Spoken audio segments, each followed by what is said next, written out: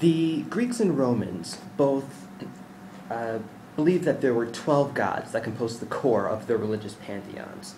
Now, the Greeks called them the Dodekatheon, which literally translates as the 12 gods. The Romans called them the Diconsentes. Now, to avoid the kind of confusion that can come up with these various forms of nomenclature, we'll just refer to them as the Olympians, since a common factor was they all resided on Mount Olympus. Now, as a note, as we continue to list and describe these gods, we're going to give both their Greek and Roman names if they should have both forms, but afterwards we'll refer to them mainly through their Greek names, as the Greeks created this original form of religion, but if we come across an aspect or story that only pertains to Roman lore, then those differences will be noted and we'll refer to them under their Roman titles.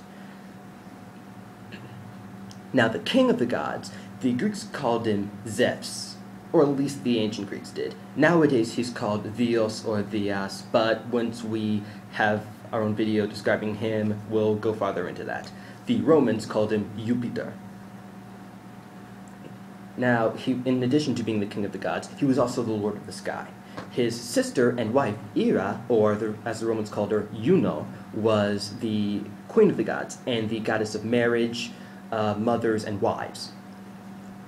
They had two other siblings, who were also considered Olympians, Poseidon or Neptunus, the god of oceans and the seas, and Dimitra or Kiris, the goddess of agriculture and farming. The rest of the Olympians were all children of Zeus, and not all of them by Ira. You see, Zeus was known for his promiscuity and had affairs with all manners of beings, mortal, immortal, male, female. It's probably a list that no one has ever thought to really complete. It's so long. However, the two Olympians who actually are legitimate children of both Zeus and Eras are Ares, or Mars, the god of war, and Hephaestus, or Vulcan, the god of fire and blacksmiths. Now, Hephaestus was married to another Olympian, Aphrodite, or Venus, the goddess of beauty and lust. However, she was not necessarily happy with this arrangement. She saw Vulcan as ugly and dull. Hephaestus, my apologies. She saw him as ugly and dull, and she had multiple affairs with Ares. Another Olympian child of Zeus was Athena, or Minerva, the goddess of intellect. Another was Artemis, the goddess of the hunt, and patron of young women. Now, her twin, Apollon, one note I'd like to clear up before I really go into their characters. Contrary to popular belief, Artemis was born first. I'm sorry, I just wanted to throw that out there because I get irritated by the very common mistakes on this matter. But both of the twins were archery gods. Apollon was primarily the god of music. However, both twins, their spheres of influence were greatly expanded, largely due to misinterpretation. Apollon often assisted the sun god, or Titan, again, that's a difference we'll go into later, Ilios, in his responsibilities. This led to the mistaken belief in some that Apollon was the actual sun god. Subsequently, Artemis was represented as the goddess of the moon. However, Artemis' sphere of influence wasn't really expanded much beyond that. Apollon's grew to immense size.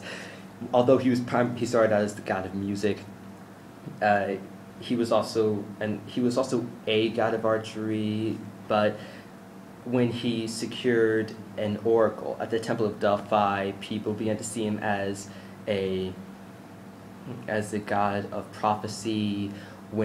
Because of a son of his who was a renowned doctor, he and eventually became the god of medicine. Apollon was seen as the god of medicine, and it really goes on, but that's really due to frequent mistakes. His core function is the god of music. Another Olympian was Hermes, or Mercury, as the Romans called him. He was the god of travelers, anyone who traveled for a living, thieves, merchants, doctors, anyone. So he was the messenger of the gods. The youngest of the Olympians was Dionysos, or Bacchus, the god of wine and insanity. Now, there were some unofficial members of the Olympians.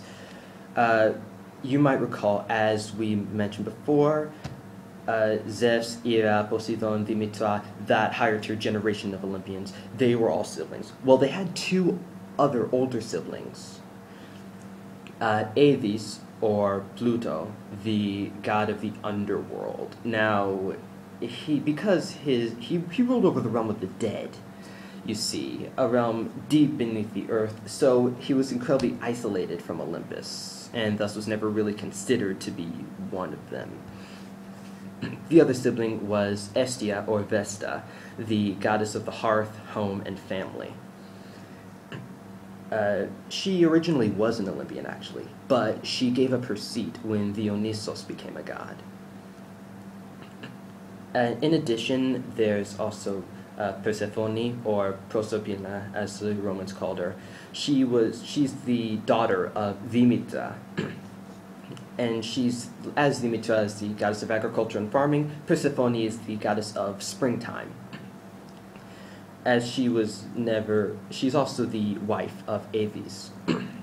Since she's Hades' wife and Demeter's daughter, she's sometimes considered to be an, let's say, honorary member of the Olympians. Well, that will conclude our episode for today. I hope that you enjoyed it. And next, as before, if there's a specific subject that you want to hear about, leave a comment describing it. If not, then mythology is a very extensive field, so I'm sure that I'll find something. Goodbye.